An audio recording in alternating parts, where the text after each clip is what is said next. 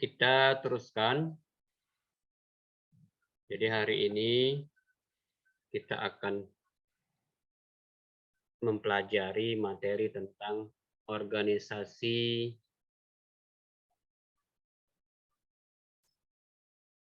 tumbuhan tingkat tinggi, ya. Nah, jadi kalau berbicara organisasi tumbuhan, ya, itu ada dua. Yang pertama ada tumbuhan tingkat tinggi, dan yang kedua itu adalah tumbuhan tingkat rendah. Bedanya, tumbuhan tingkat tinggi, ya, akar, batang, dan daun itu terlihat jelas. Jadi sudah bisa dibedakan antara akar, batang, dan daun. Nah, itu tumbuhan tingkat tinggi. Baik, kita teruskan. Nah, pertama kita akan mempelajari tentang jaringan. Ya. Jadi minggu kemarin kita sudah membahas tentang jaringan. Ya, enggak? Apa itu jaringan? Jadi minggu kemarin tentang sel. Apa itu jaringan? Nah, ternyata jaringan itu adalah sel. Ya. Jadi kumpulan sel, sel berkumpul yang mempunyai bentuk, asal, fungsi, dan struktur yang sama. Itu jaringan. Ya. Kalau jaringan tumbuhan, jadi tumbuhan. Ya. Nah, kemudian jaringan tumbuhan itu dibedakan menjadi dua. Ya. Yang pertama, jaringan embrional atau jaringan meristem. Ya, sifatnya meristematik. Ya. Jaringan muda. Dan yang kedua itu adalah jaringan dewasa, ya, atau jaringan permanen. Ya. Nah ini yang Bapak bilang tadi, akar, batang, daun sudah bisa dibedakan secara jelas. Yang mana akar, yang mana batang, dan yang mana daun. Nah, kita teruskan.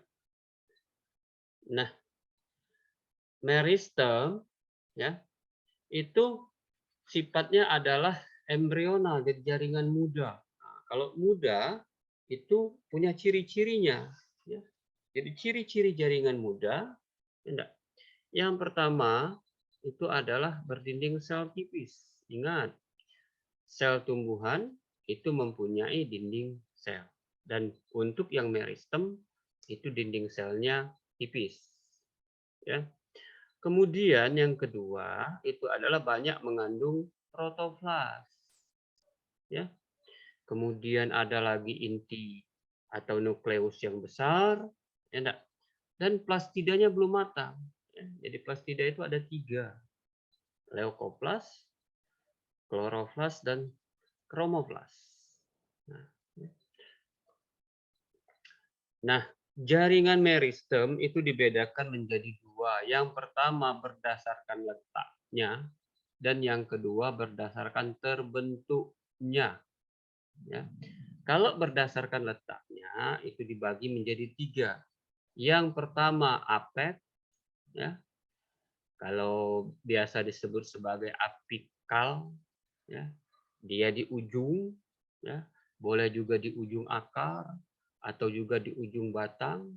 Jadi dia muda dan selalu tumbuh. Ya. Kemudian yang berikutnya itu adalah jaringan lateral. Ya. Nah, kalau apik itu di ujung, lateral itu adalah melebar. Ya, melebar. Ya. Kemudian ada lagi jaringan yang namanya interkalar. Kalau kalian pernah bermain ke lapangan rumput, ya ada rumput-rumput teki yang naik, ya, golongan gramine, rumput-rumputan, ya, khususnya misalkan Ciperus rotundus, maka jaringan meristem ini terletak di ruas-ruas tumbuhan gramine. Ya, ini berdasarkan letak. Kemudian yang kedua, meristem itu dibedakan menjadi berdasarkan tempat tumbuhnya. Ya, nah ini berdasarkan terbentuknya. Yang pertama itu adalah promeristem. Ya. Yang kedua meristem primer Dan yang ketiga itu adalah meristem sekunder. Apa yang dimaksud dengan promeristem? Ya. Jadi promeristem itu adalah tumbuhan yang atau jaringan yang sudah ada pada masa embrional. Artinya kalau di masa kecambah itu promeristem sudah ada. Ya. Kemudian yang berikutnya itu adalah meristem primer. Ya, jadi dia kelanjutan dari promeristem. Dan yang terakhir ini adalah meristem sekunder. Gitu ya. Jadi kalau meristem itu jaringan muda itu ada dua. Yang pertama berdasarkan letak, yang kedua berdasarkan terbentuknya.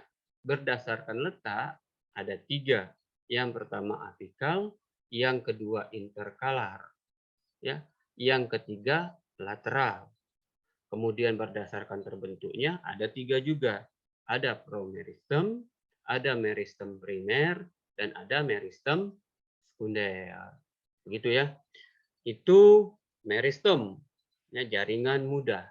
Nah, selanjutnya kita teruskan ke jaringan dewasa atau disebut juga jaringan permanen, ya.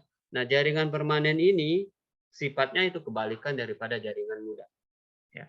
Jadi yang pertama, dia itu tidak mempunyai aktivitas untuk memperbanyak diri. Ya, artinya dia sudah settle, selesai. Ya. Kemudian mempunyai ukuran yang relatif besar dibanding sel muda. Ya. Kemudian, enggak, karena dia besar, maka vakuolanya besar. Itu kegunaannya apa? Minggu kemarin sudah kita bahas. Enggak. Di vakuola itu ada vakuola makanan dan ada vakuola kontraktil. Isinya macam-macam. Ya, jadi semakin dewasa sel, maka vakuolanya itu semakin besar. Kemudian kadang-kadang selnya mati, ya, dan ada penebalan dinding sel, ya, dan juga ada ruang antar sel. Nah, jaringan permanen atau jaringan dewasa dibedakan menjadi 6. Yang pertama kita mulai dari luar. Itu ada namanya jaringan epidermis. Asal katanya epi dan derm. Epi itu luar, derm itu kulit.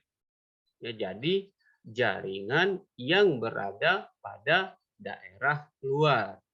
Nah, kalau dia di daerah luar, mau tidak mau, ya tidak pasti fungsinya itu adalah sebagai pelindung. Ya, pelindung.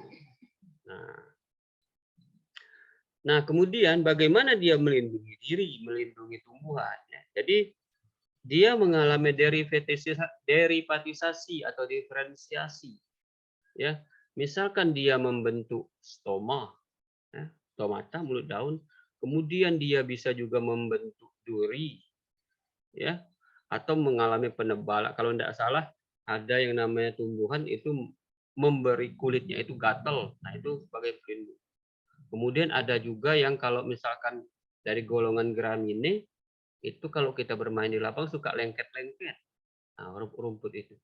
Itu sebagai pelindung. Ya, itu jaringan epidermis. Kemudian yang kedua ini jaringan parenkim. Jaringan parenkim ini ada di semua tempat atau di semua organ tumbuhan. Sehingga dia disebut sebagai jaringan dasar. Ya, jaringan dasar. Kemudian yang ketiga itu jaringan penyokong. Ya. Nah, jaringan penyokong ini dibedakan menjadi dua. Ya. Ada jaringan hidup dan ada jaringan mati. Ya, artinya jaringan gabus, Pak. Iya. Jaringan hidup disebut jaringan kolenki. Nah, ini. Ya. Dia fungsinya itu sebagai penyokong dan memperkuat organ. Kemudian ada lagi jaringan sklerenkim. Ya. Kalau kolenkim tadi ini penyokong dan memperkuat, maka sklerenkim karena dia jaringan mati, dia sebagai pelindung. Di samping juga sebagai penyokong. Nah, itu ya. Nah, ini penyokong.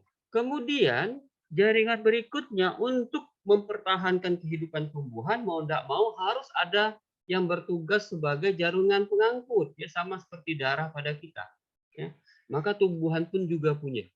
Jadi jaringan pengangkut atau jaringan vaskuler pada tumbuhan itu ada dua.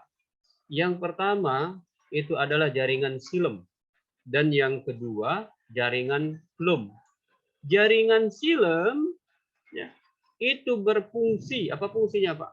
Fungsinya adalah menaikkan ya, air dan garam-garam mineral dan mengedarkannya ke seluruh tubuh untuk metabolisme tubuh tumbuhan. Itu pekerjaan xilem. Ya. Kemudian jaringan phloem itu kerjanya adalah mengedarkan hasil fotosintesis. Yang dilakukan oleh siapa? Yang dilakukan oleh stomata ya di daun. Nah, ya. Yang berikutnya itu adalah jaringan gabus. Kalau jaringan gabus itu kan ingat Anthony van Leeuwenhoek atau ingat ya enggak ya bahwasanya jaringan gabus itu adalah jaringan mati. Ya, fungsinya itu adalah menjaga supaya tumbuhan itu tidak kehilangan air yang berlebihan. Nah itu, ya. Kemudian yang terakhir itu jaringan sekretori. Nah, biasanya dia mempunyai sel kelenjar, dia mempunyai saluran kelenjar dan saluran getah. Manusia suka memanfaatkannya. Contohnya untuk petani karet, ya, yang diambil apa getahnya. Kemudian ada lagi aren, gula, nah, yang diambil itu saluran sel kelenjar. Nah itu ya, itu jaringan permanen. Ya, jadi ada 6. Ya. Nah kemudian kita teruskan ke, ya enggak, kumpulan dari jaringan yang sama itu akan membentuk organ. Organ, ya enggak, organ pokok pada tumbuhan itu ada 3. Ya, walaupun diikutin bunga, buah, dan biji. Jadi organ pokoknya itu adalah akar, batang, daun. Ya, nah kita bahas akar. Ya. Jadi akar ini pertumbuhannya adalah geomorf, ya, menembus bumi. Nah, itu pertumbuhannya. Fungsinya yang pertama itu tadi sebagai penembus. Ya. Kemudian yang kedua itu memperkuat tubuh tumbuhan. Yang ketiga dia menyerap air dan garam mineral. Yang keempat, nah, yang suka makan singkong, ya, dia sebagai umbi akar. Yang kelima, ya, sebagai organ reproduksi vegetatif. Nah itu, ya. Yang keenam, kalau kalian pernah main ke mangrove, dia berfungsi sebagai akar napas. Dan yang terakhir, kalau kalian suka melihat pohon beringin, Ficus benjamina, itu dia sebagai akar gantung, jadi sebagai pelindung. Ya. Nah ini akar.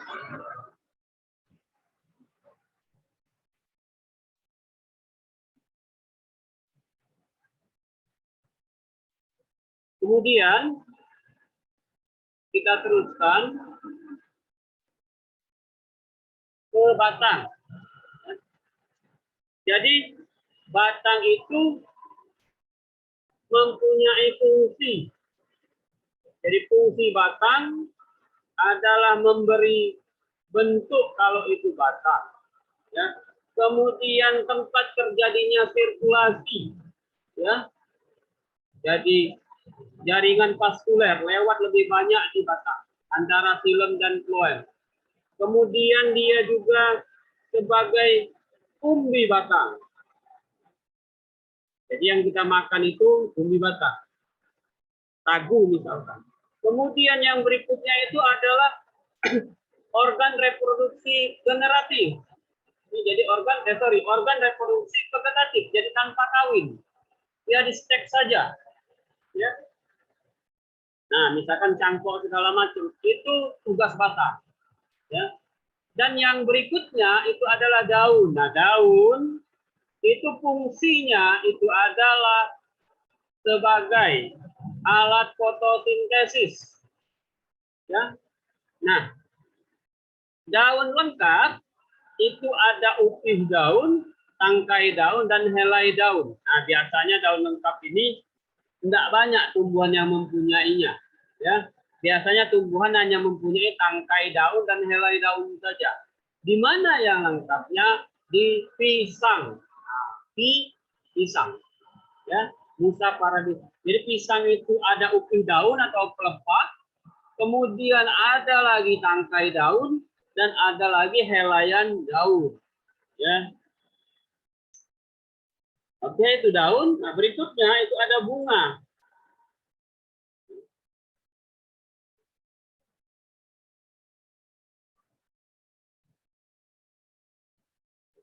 Nah, bunga, jadi kalau akar, batang, dan daun itu sebagai organ reproduksi vegetatif, maka bunga itu fungsinya adalah organ reproduksi generatif. Ya, nah bunga ya, ada yang disebut sebagai bunga sempurna dan ada yang disebut sebagai bunga lengkap. Jadi kalau bunga lengkap, dia punya kelopak, punya mahkota, punya benang sari, dan punya kepala putih. Ini bunga lengkap. Kalau bunga sempurna, dia punya ya organ reproduksi jantan dan organ reproduksi betina. Androsium dan gymnosium dia punya. Ya. Nah ini bunga sempurna. Nah, selanjutnya setelah bunga terbentuk, ada yang menjadi buah. Ya. Nah, pembuahan ini biasanya dibantu oleh siapa ya? Ada juga pembuahan sendiri, ya. Ada juga dibantu oleh angin, ada juga dibantu oleh serangga, ada juga dibantu oleh mamalia, kelelawar dan kita. Nah, ini bunga. Dan yang terakhir ini buah, ya, dan berikutnya ini biji, ya. Nah, biji ini mengandung embrio atau kandung lembaga sebagai alat perkembangbiakan bagi tumbuhan. Ini ya. Nah, inilah dia materi kita hari ini. Nah, kemudian pada bahasan terakhir, jadi tugas yang harus kalian kerjakan, ini yang pertama, ini adalah menjelaskan apa yang dimaksud dengan jaringan tumbuhan dan berikan contohnya. Kemudian yang berikutnya, apa yang dimaksud dengan organ tumbuhan. Yang selanjutnya itu adalah beda tumbuhan dikotil dan monokotil. Dan yang berikutnya itu adalah tentang bunga lengkap dan bunga sempurna.